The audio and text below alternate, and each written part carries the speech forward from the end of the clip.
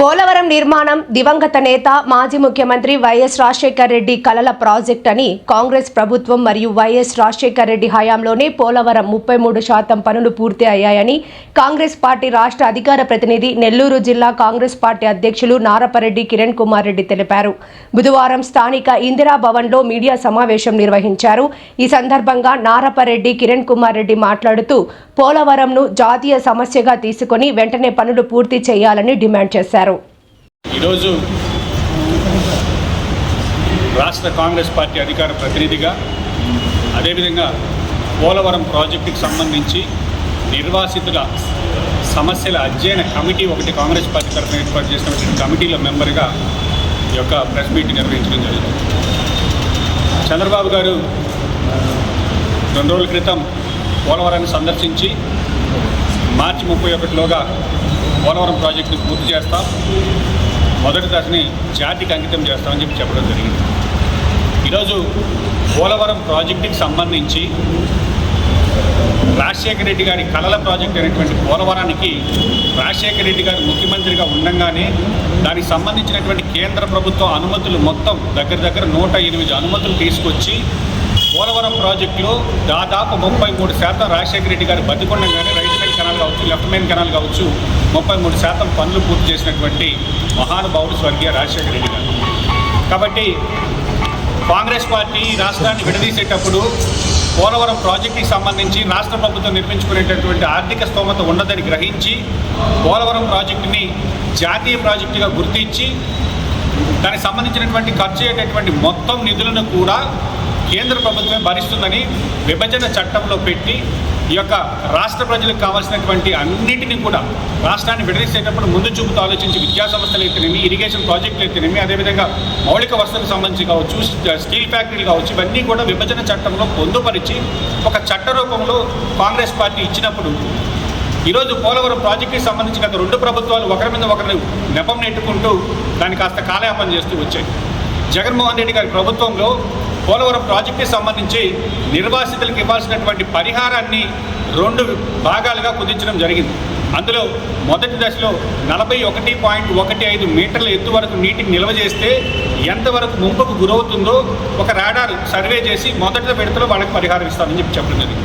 స్వర్గీయ రాజశేఖర రెడ్డి గారు ముఖ్యమంత్రిగా ఉన్నప్పుడు పూర్తి సర్వే చేసి దానికి సంబంధించినటువంటి ఆ కుటుంబాల్లో ఆనాటికి రిహాబిలిటేట్ చేసేదానికి సంబంధించినటువంటి ల్యాండ్ కావచ్చు, అదేవిధంగా కుటుంబంలో 18 సంవత్సరాలు నిండినటువంటి వ్యక్తులందరినీ కూడా గుర్తించి పరిహారం ఎంత ఇవ్వాలని డిసైడ్ చేస్తే కనీసం ఈ రోజుకి మొదటి విడత పరిహారం ఈరోజు పోలవరం నిర్వాసితులకి అందలేదనేటటువంటి మాట వాస్తవం.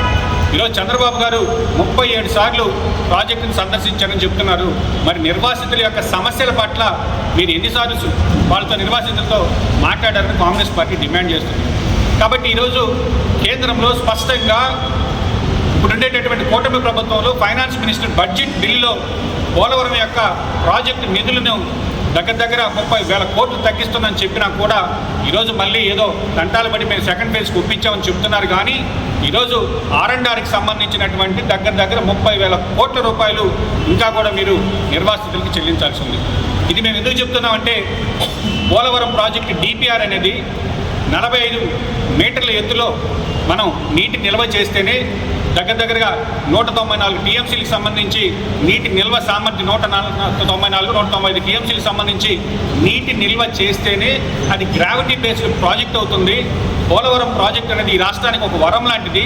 కాబట్టి DPR డిజైన్ ఫైనలైజ్ చేసినటువంటి విధంగా డ్యామ్ స్పిల్వే కన్స్ట్రక్షన్ చేశారు. కానీ ఈరోజు నీటి నిల్వ యొక్క ఎత్తుని తగ్గించి 41.15 మీటర్కి కుదించడం వల్ల దాని యొక్క కెపాసిటీ 119 TMCలు మాత్రమే మనం నీటి నిల్వ చేసుకోగలం. 119 TMCలు నీరు మొదటి విడతలో మీరు జాతికి అంకితం చేసేసి ఏదో జాతిని ఉద్ధరించామనేటటువంటి భావన తీసుకొని పొలిటికల్ ఎజెండా కోసం చంద్రబాబు గారు ప్రయత్నిస్తున్నారు తప్ప పోలవరం ప్రాజెక్టుకి సంబంధించి నీటి నిల్వ ఎత్తుని DPR ప్రకారంగా మీరు నిల్వ చేయాలంటే నిర్వాసితులకు సంబంధించి ఇప్పటికి R&R కాలేజీకి సంబంధించి వాళ్ళని తరలించాలి, వాళ్ళకి ఇవ్వాల్సినటువంటి నష్టపరిహారం ఇవ్వాలి. అది సర్వే కూడా అశాస్త్రీయంగా జరిగింది. ఎందుకంటే మేము పోలవరంకి సంబంధించినటువంటి ముంపు గ్రామాలన్నీ కూడా మేము సందర్శించడం జరిగింది కాంగ్రెస్ పార్టీ తరఫున. ఆ రోజు ఒక గ్రామంలోకి వెళ్తే ఏలూరు మండలంలో అక్కడ ఒక గ్రామంలో ఒక వీధికి ఇవతలేమో 41.15 మీటర్ల ఫస్ట్ ఫేజ్లోకి వీళ్ళందరూ కూడా గ్రామంలో వస్తారని చెప్పారు. ఒక వీధి అవతలేమో వీళ్ళు సెకండ్ ఫేజ్లోకి వస్తాను. అంటే ఒక గ్రామంలో ఒక వీధికి ఇటు ఒక వీధికి అటు 2 భాగాలుగా విడగొట్టి పరిహారం ఇవ్వడం అనేది ఎక్కడా కూడా జరగని పరిస్థితి. కాబట్టి ఈరోజు పోలవరం సంబంధించినటువంటి స్పష్టంగా చంద్రబాబు గారిని కాంగ్రెస్ పార్టీ తరఫున డిమాండ్ చేస్తున్నాం. డిపిఆర్ ప్రకారం మీరు పూర్తి నీటి నిల్వని మీరు ఉంచగలిగితేనే ఆ ప్రాజెక్టు పోలవరంగా ఉంటుంది తప్ప ఈరోజు ఆ పోలవరం ప్రాజెక్టుని కాస్త మీరేదో మేము ముగించేసాం మమ అనిపించి పోలవరం బ్యారేజ్గా మారిస్తే ఇది రాష్ట్ర రైతాంగానికి శాపంలా మారుతుందనేటటువంటి విషయాన్ని స్పష్టంగా చెప్తున్నాం. అదేవిధంగా పోలవరంకి సంబంధించి దాదాపుగా 90,000 కుటుంబాలు వాళ్ళ ఊర్లు వదులుకొని త్యాగం చేస్తే ఆ యొక్క నిర్వాసితుల త్యాగాలకి అర్థం లేకుండా ఈరోజు నిర్వాసితులకు ఇవ్వాల్సినటువంటి పరిహారం అందలేదు. వాళ్ళకి కట్టాల్సినటువంటి R&R కాలనీలు అయితే సగం ముంపులోనే ఉన్నాయి. కాబట్టి నిర్వాసితులను గాలికి వదిలేసి త్యాగం చేసినటువంటి వాళ్ళకి మనం న్యాయం చేయకపోగా ఈరోజు కేంద్ర ప్రభుత్వం నుంచి రావాల్సినటువంటి నిధుల్ని రాబట్టి కంప్లీట్గా నిర్వాసితులకి R&R ప్యాకేజీ ఇచ్చిన తర్వాత అదేవిధంగా డిపిఆర్ ఏదైతే ఉందో 45.57 మీటర్లకు సంబంధించినటువంటి నీటి నిల్వ చేస్తేనే ఈరోజు 960 మెగావాట్స్కి సంబంధించినటువంటి పవర్ ప్రాజెక్టు రన్ అవుతుంది. కాబట్టి ప్రపంచంలో ఎక్కడా కూడా ఏదైనా ఒక రిజర్వాయర్ అంటే FRL లిమిట్ అంటాం, ఫుల్ రిజర్వాయర్ లెవెల్లో మనం నీటిని నిల్వ చేసుకుంటాం. మినిమం డ్రాడౌన్ లెవెల్ అంటే MDDL అంటాం. కనీస నీటి నిల్వ ఎత్తుకి దాన్ని కాస్త బ్యారేజ్గా మార్చి మేమేదో జాతికి అంకితం చేసేసాం, ఈ రాష్ట్రాన్ని ఉద్ధరించేసాం అనేటటువంటి భావన సరికాదని కాంగ్రెస్ పార్టీ తరఫున స్పష్టంగా నిర్వాసితులకు న్యాయం చేయాలి. పూర్తి నీటి నిల్వ సామర్థ్యం ఏదైతే ఉందో దాని ప్రకారంగా కేంద్రం నుంచి రావాల్సినటువంటి నిధులు మొత్తం రాబట్టి వాళ్ళకి సంబంధించినటువంటి పరిహారం అందజేసిన తర్వాతనే దాన్ని జాతికి అంకితం చేయాలని కూడా కాంగ్రెస్ పార్టీ తరఫున స్పష్టంగా డిమాండ్ చేస్తున్నాం.